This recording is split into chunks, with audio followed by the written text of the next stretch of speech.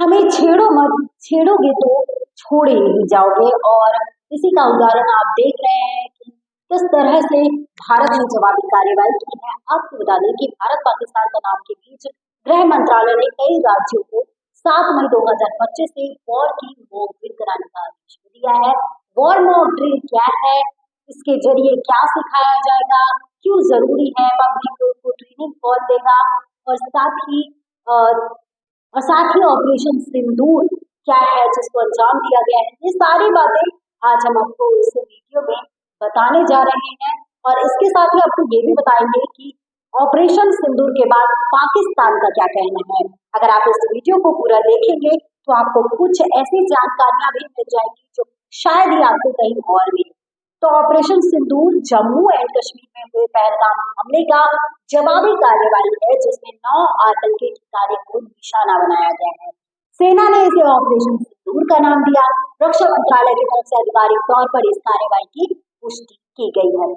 आपको बता दें कि सेकेंड वर्ल्ड वॉर में जो हैवानियत हुई उसके बाद दुनिया में इंटरनेशनल ह्यूमैनिटेरियन लॉ यानी कि युद्ध के नियम तय किए गए ताकि जंग की आग में भी इंसानियत की लौ जलती रही।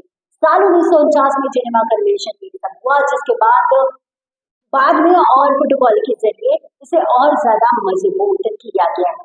ये नियम क्या कहता है? ये नियम कहता है युद्ध के दौरान नागरिकों को जानबूझकर निशाना बनाना मना है।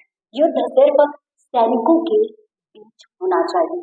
स्कूल, अस्पताल और रिहायशी इलाकों को हर हाल में सुरक्षित रखना हर पक्ष की जिम्मेदारी है। लेकिन हमारे दुश्मनों को ये नियम तो रास आता ही नहीं है। उन्हें हमेशा नियमों को ताक पर रखना होता है। जिस तरह से पहलगाम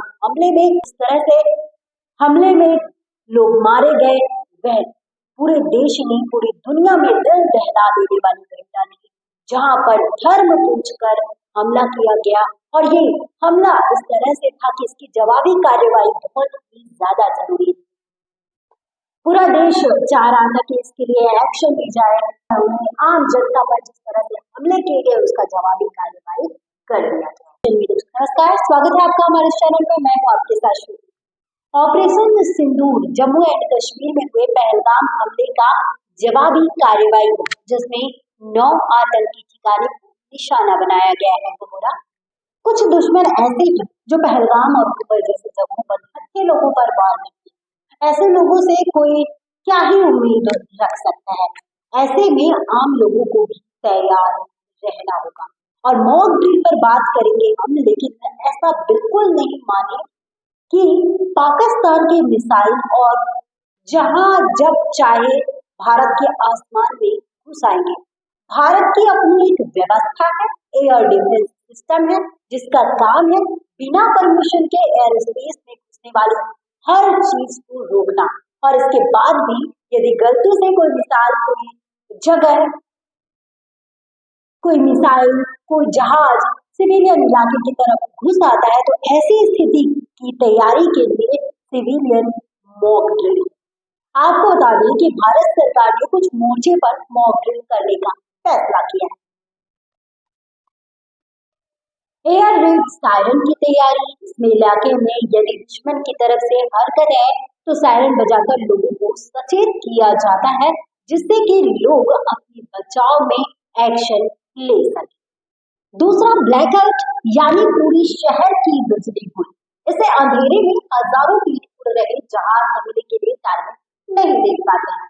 तीसरा, आम लोगों को खासकर बच्चों और युवाओं को सिखाया जाए कि हवाई हमले के दौरान क्या करना चाहिए, क्या एक्शन उठाना चाहिए जिससे कि बचा जा सके। तो तमाम तरह के जो है उपाय किए जा रहे हैं। वहीं आपको बता दें कि भारत के ऑपरेशन सिंदूर के बाद पाकिस्तान के प्रधानमंत्री शहबाज शरीफ का बयान सामने आया है। उन्होंने सोशल मीडिया एक्स पर इस कार्रवाई को एक्ट ऑफ वॉर कहा है। यानी पाकिस्तान के प्रधानमंत्री का कहना है कि वह इसे युद्ध के लिए उकसावे के तौर पर लेंगे। उन्होंने क्या लिखा है, चलिए आपको बता देते हैं। उन्होंने लिखा है कि भारत के युद्ध के इस उकसावे का मुंहतोड़ जवाब देने का पूरा अधिकार पाकिस्तान के पास है और उसे मुंहतोड़ जवाब दिया जा रहा है। दुश्मन को उसके नापाक उद्देश्य में कभी सफल नहीं होने दिया जाएगा, पाकिस्तान का मनोबल ऊंचा है, ऐसा उन्होंने लिखा है। भारत के रक्षा मंत्रालय ने इस पूरे घटनाक्रम पर अपने बयान में क्या कहा है, आपको बता दें कि ये हमले उन जगहों पर किए गए हैं।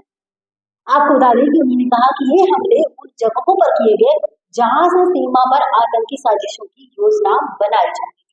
महत्वपूर्ण बात यह है कि किसी भी पाकिस्तानी सेना के ठिकाने पर हमला नहीं किया, जिससे भारत का सोच समझ कर किया गया और भड़काने से बचने वाला रुख साफ दिखाई देता है। ऑपरेशन दिखाता है कि भारत आतंक के दोषियों को सजा देने के लिए प्रतिबद्ध है, लेकिन बेवजह तनाव नहीं बढ़ाना चाहता। सरकार इस ऑपरेशन को लेकर आज के बाद में विस्तृत जानकारी देगी। जब जानकारी हमारे पास आएगी तो हम आप तक जरूर पहुंचाएंगे, लेकिन बात कर लेते हैं पहलगाम हमले की, जहां पर कितने लोग मारे गए और कुछ लोग घायल हुए। ये हमला आपको बता दें कि आतंकियों ने धर्म पूछ कर किया था, जहां पर कई वीडियो सामने आए, जहां पर ये भी सामने आया कि जब पत्नी ने ये पूछा कि मेरे पति को तो मार दिया, अब मुझे भी मार दो, तो उसने ये कहा गया था कि नहीं, तुम्हें नहीं मारेंगे, तुम जाओ मोदी से कहना, मोदी से बोलना।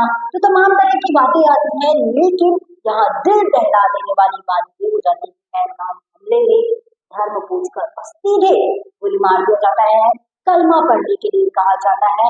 तो मेरी तरफ से तो ये है कि ये किसी धर्म के नहीं, क्योंकि आतंकवाद का कोई धर्म नहीं होता है। ब्लैकआउट की तैयारी की गई है, जहां पर बिजली गुल कर दी जाएगी, सचेत किया जाएगा, सायरन बजाकर सचेत किया जाएगा। तमाम तरह के उपाय सरकार द्वारा किए जा रहे हैं और ये तमाम जानकारियां आपको कैसी लग रही है, कमेंट बॉक्स में कमेंट कर जरूर बताएं। और अगर और भी जानकारियां चाहिए तो बेल आइकन दबाना बिल्कुल भी ना भूलें, जैसे कि आपको नए अपडेट्स मिलते रहें, और लाइक तो जरूर करिएगा। धन्यवाद, नमस्ते।